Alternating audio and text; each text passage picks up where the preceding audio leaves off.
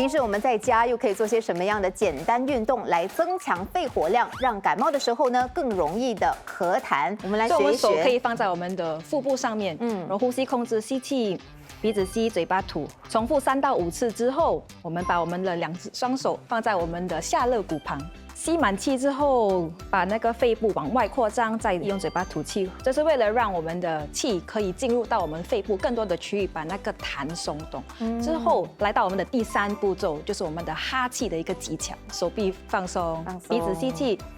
然后你可以连续做2到3次之后，再用一个稍微